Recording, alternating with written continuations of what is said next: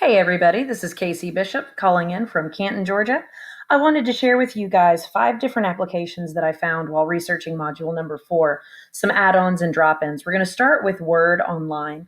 I'm currently logged in with my Cobb County account. Here we go. Okay, so the first thing I want to talk about is SpellWrite. This is a program specifically designed for non-native English speakers. Along with correcting misspelled words, it brings up a toolbar on the right side of the screen.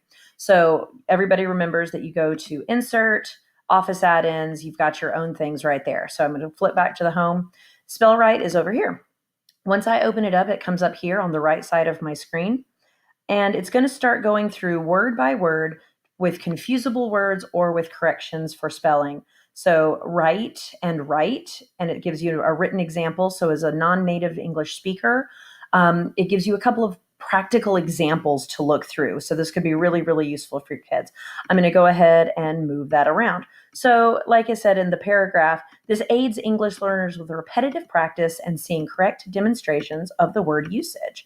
Then I also did some research and found some people using this with kids who just are bad spellers. And sometimes seeing the correct word used or the word spelled correctly in a sentence is going to help trigger that. So I also wanted to show how this program could help bad spellers with their writing. And I love how it says confusable word. There, right? I need a t-shirt with that. This is a sample of how my 7-year-old thought words should be spelled, and it doesn't like 7-year-old either, which is great. He's not 7 years old. I guess he is 7 years old, but I'm calling him a 7-year-old kid, so I'm going to skip it. All right, so it says, we get down to the spelling words. I dream of being a train driver. And so looking at the words, a younger student or one maybe with bad typing skills could go, oh, absolutely, that's the one that I want. Driver, absolutely spelled phonetically correct, however, not spelled right. Because it is cool, replace. Because it is cool and I have a bunch of wooden trains. Confusable word, cool and coal, that's fine. We're using the next one. Bunch or bush, the younger student would probably be able to figure out that they want bunch. Wooden, it's exactly how it sounds. However, that's how it's actually spelled. All right, so really cool little application here.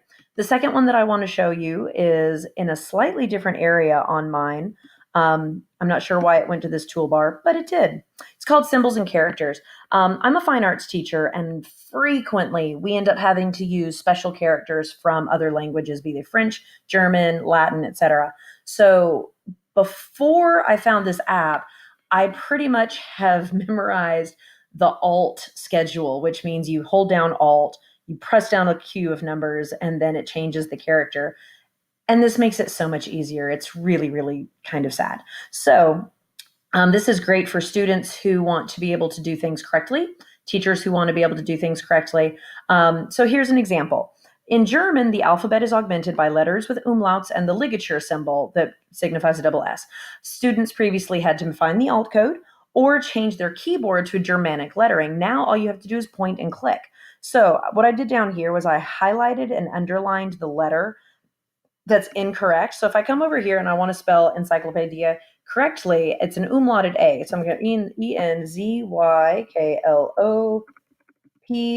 And instead of that, okay, so I can come over here. I hit languages, select languages. Will you look at all of these beauties? If you can think about it, it's probably on there. It's pretty cool. The only one I didn't see was the clicking language, but I'm sure it's probably there somewhere. All right, so I go to the German, and look, there's my fun stuff. I'm looking for the umlauted A. There it is, DIE. On the word Strasbourg, that's the first B is supposed to be this fabulous ligature over here. So I'm going to start typing it in, STRA umlaut, or sorry, ligature, BURD, boom. And now all of a sudden your students can do that and then exit out of that without having to do a whole heck of a lot. All right, now we're going to move over to Chrome, and I'm going to demonstrate 3 different things. So I've already opened up Wikipedia to show you a couple of really cool things on here. So let's say you have a student who's doing a book report, and she has read the book, The Phantom of the Opera. Yes, it's a book. Gaston Leroux. It's kind of fun. So she clicks on it. It's awesome. It's here. Now, here's what's kind of fun. If you notice, my screen is all kinds of fun and funky colors. That's because over here I have Beeline installed, and Beeline Reader actually changes the color of the line as it gradiates through to help students find the next line. So at the end of this line, I notice that it's blue, and down here, it's going to start on that same blue color. Every line is going to start or end or start with a different color. It's going to help students learn how to track that. Well, let's say that you've got a student who's done this, they've got the tracking thing down, but it's still just a lot for them to see. Well, if they've installed Mercury Reader, they can do this with the touch of a button. All of a sudden, it's going to simplify it into something like this. It's not perfect in this form. Obviously, you see this mess right here. But for the most part, this is going to take it down into a line by line, much easier thing with fewer distractions on the side. It's a lot easier to get all the way through. Some really cool things with this, if you have a student who is a slow reader, special needs, whatever, if they have a Kindle device, as a teacher, you could actually send this to their device a day or two before the assignment is going to be done in class so they can have a head start on this. So it's pretty cool. At the bottom of it, you can also share this view, Facebook, Twitter, or email, which is kind of great. But I really, really appreciated the Kindle thing. And what's nice too is once it's downloaded on the Kindle, the student does not have to have a Wi-Fi access. So if you had something that you wanted the kids to do, but they don't have internet at home, but they have a Kindle, bring it to school. They can take care of it this way.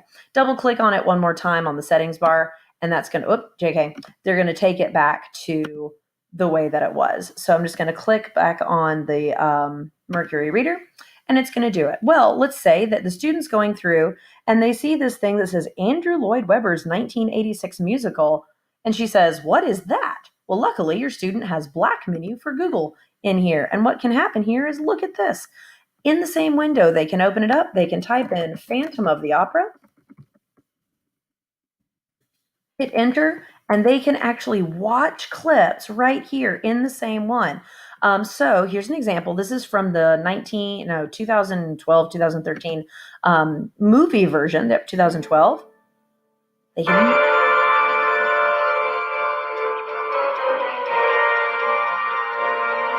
You get the idea. The student from here could watch it later. They could share it. They can get more info. They can go to full screen if they want to. But they can do all of this right there within their thing.